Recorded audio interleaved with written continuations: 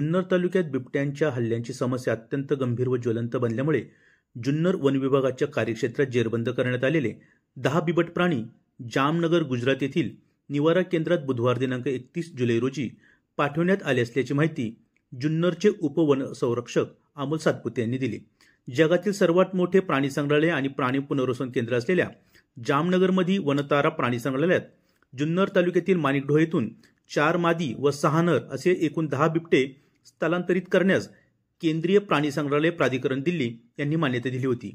हे बिबटे 3 महाकाय वातानुकूलित अँब्युलन्समधून नेण्यात आले असून एका वातानुकूलित अँब्युलन्समध्ये 5 बिबट वाहून नेण्याची क्षमता असून 2 अँब्युलन्समध्ये 10 बिबटे तर एक अँब्युलन्स ही अति तातडीच्या मदतीसाठी सोबत असणार आहे।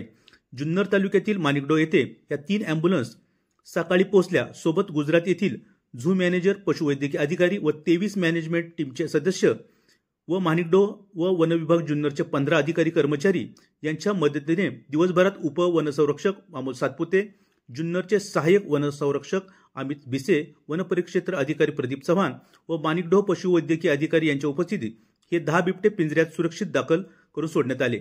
बिबट्यांना घेऊन जाण्यासाठी पशुवैद्यकीय अधिकाऱ्यांसह 20 ते 25 जणांचे गुजरातचे पथक अँब्युलन्स सोबत असणार आहे। हायड्रोलिक पद्धतीने दरवाजे उचलण्याची सोय असणाऱ्या ह्या महाकाय अँब्युलन्समध्ये सर्व बिबटे सुरक्षितपणे चढवण्यात आले। जुन्नर ते जामनगर हा लांबचा प्रवास असल्याने अँब्युलन्समध्ये बिघाड झाल्यास व अन्य समस्या उद्भवल्यास ब्रेकडाऊन ही व्हॅन दिमतीला देण्यात आली आहे। पाठवण्यात येणाऱ्या बिबट्यांची वैद्यकीय तपासणी करून अँब्युलन्समध्ये दाखल करण्यात आले व नंतर ही वाहने जामनगरकडे रवाना करण्यात आल्याचे उपवनसंरक्षक जुन्नर यांनी सांगितले। Day to day news Junnar.